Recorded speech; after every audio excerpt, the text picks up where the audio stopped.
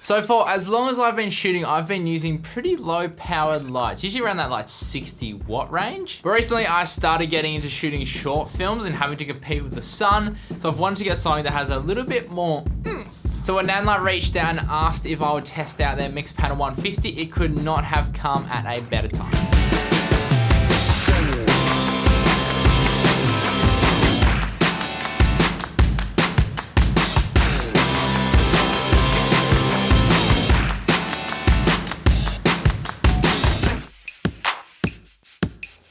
So the Nanlite Mixpanel 150 is a 150 watt RGB WW LED panel light that has a CRI of 98 and TLCI of 95 and has some really cool features that I'm super excited to share with you today. It is dimmable all the way from 100% down to 0% and has a color temperature range of 2700 to 7500K, full RGB, and only weighs 4.1 kilograms. It can be powered by the included adapter or by a 26 volt V-mount battery and has a few different output modes, which I'll touch on a little bit later. So now when I first opened up the box, I was actually really surprised by how small the Mixpanel 150 was. I was expecting something at least 50% bigger considering it's a full 150 watt and also full RGB. The weight was also a big surprise to me as well. So I recently reviewed the Golden Eagle V100 and compared to that, this thing is like a freaking feather, like it weighs nothing. The overall look and feel of the Mixpanel 150 is just super sleek and super professional. You know when you can just tell that something is quality from the first look and feel?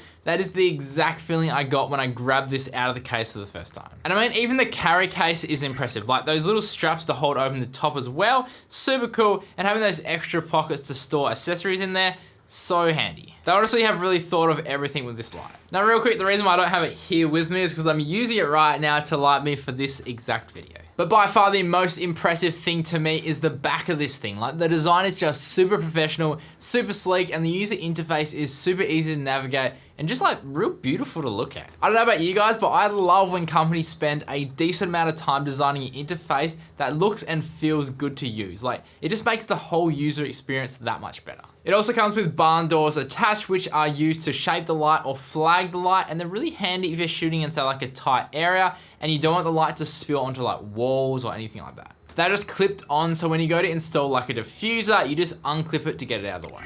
Now one thing I did forget to mention with the barn doors is that if you look at this clip, when you close them right in, you get this weird like thatching looking thing when it's real dim. And I think that's something to do with like the LED panel design, how it's like individual panels. When it's on the soft mode, you don't notice it as much. It's only when it's on the hard mode, but I thought I'd just let you guys know. Nanlite also sent over their diffusion panel as well, which gives you even more diffusion, which I pretty much use on all my lights. And also a grid that's used to focus the light a little bit more. So I use the grid on most of my lights now because I just like the fall off that it has towards the edges of the frame. Now first up, just check out the back of this panel. So you got this beautiful screen which shows you everything you need to know, and it's super easy to see even outdoors. Each mode has its own button which makes switching so quick, and they are illuminated as well, so it's really easy to see them in the dark. You also have the option as well to turn off the backlight, so if you need like a completely dark set, then you can turn off those lights as well. We also have these 3 dials which are used to adjust all our settings, and they've made the interface work really simple with these as well. So each knob adjusts the respective position on the screen. So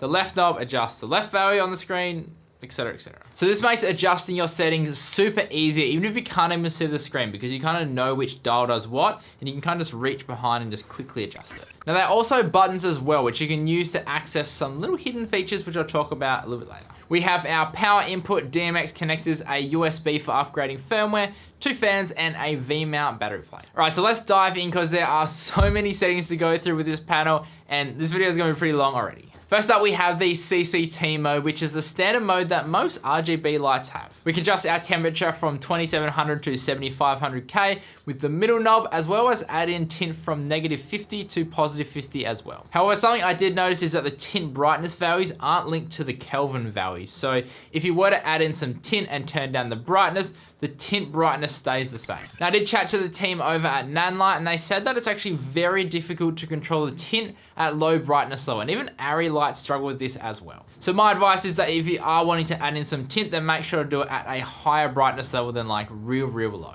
Now this light has a few different modes of operation, which I didn't actually find out until I'd used it a little bit more. So the CCT mode has either a hard light or a soft light mode. If we click on the left knob, we can see the display changes from CCT hard to CCT soft. If we look at the panel, the light softens up quite a bit. Now seriously, don't ask me, I have no idea how this wizardry works, but the light coming off the soft setting is much softer. However, it is also much dimmer as well. In my test, I found it to be about 1/5 of the brightness of the hard setting, but the angle of the light is also much larger as well, as you can see in this little test here. Also in this mode, if you click on the left knob, it turns the brightness all the way down to 0, which is great if you just want to like quickly turn the light off without having to actually power off the light itself. Next up, we have HSI, which is one of our RGB modes. This is perfect if you know the exact HSI values to get that perfect color. So for me, I know my brand colors are like a specific blue and a specific red, so I just punch those values into the light and I know it will be pretty dang accurate. This is the main RGB mode that I use because I don't have to think too much about setting the colors. I can just kind of like go through and find one that looks quite nice. But if you want even more control over your colors, then RGBW is the next mode, which is where you can literally throw in the exact red, green, and blue values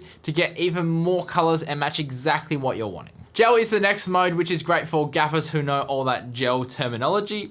Not me, don't look at me, I don't know the terminology. I can't say exactly how accurate these are as I don't have like gels to compare them to, but from all my tests, the overall color accuracy of this panel altogether is really top notch. It would easily have to be the nicest looking light coming off any light I've used. In this mode, you can digitally add gels to your light to match certain situations. But again, similar to that CCT mode, I noticed that when you try to use this mode dim, the colors aren't completely accurate because those tint values don't actually dim with those Kelvin brightness values as well. And finally, my favorite is the effects mode. This has taken all the effects from their small lights like the PowerTube 6C Mark II and packed it into the mix panel with even more control. Now, some people might not use this, but this is actually perfect in a brighter panel light. I used it to replicate a TV screen in one of my short films, and since the panel is much larger, it looks much more realistic than if I was to use something like a PowerTube 6C. And because it is so bright, you can literally light up an entire apartment with some of these effects. Something really cool they've added as well is the presets panel, which allows you to dial in your settings, then save it as a preset so you can quickly go back to it at any time. I've made a preset for my red and blue brand colors, so at any point I can quickly change the colors instead of having to dial it in every single time. To make a preset, you can just adjust your settings to get it all right, and then hold the preset button, add a name, and press save, and it's literally as simple as that. Now, one thing I forgot to mention about the preset mode as well is that whatever light mode you're on, it also saves that. So say if you want to save a blue on a normal mode or a silent mode, then you can do that, and then you can do the exact same one on a boost mode, and you have to press that preset and it will automatically change the lighting mode and then change all your settings as well, which is super duper cool. Now, fan noise is something that a lot of people are always concerned about with lights, so let's talk about that right now. So how the Mixpanel 150 deals with this is by changing its lighting mode, which it has 3 of: silent, normal, and boost mode. Silent will have no fans going at all, but it will limit the output of the light to 75 watts or half power. Normal mode will have the fans on low, but you'll get 112 watts of power, which is 3/4 of the power of the light. Then boost mode is the full 150 watts, but the fans are on high to get rid of all the heat it's producing. And to be honest, the fan noise is quite noticeable when it's cranking out the full 150 watts of power. So if you're hoping to have this close to a subject for an interview, absolutely blasting the light, which I doubt you will ever need, then you will get some fan noise. In all my testing, I never really went onto the boost mode unless I really needed like a lot of light. And typically when I did, the light was far enough away from the subject to not hear the fan noise anyway. But it is something to keep in mind if you are needing to be super quiet and also super bright at the same time. Now, I did a bunch of testing to show just how bright this light really is in comparison to midday sun, which is the brightest sunlight you generally have to compete with.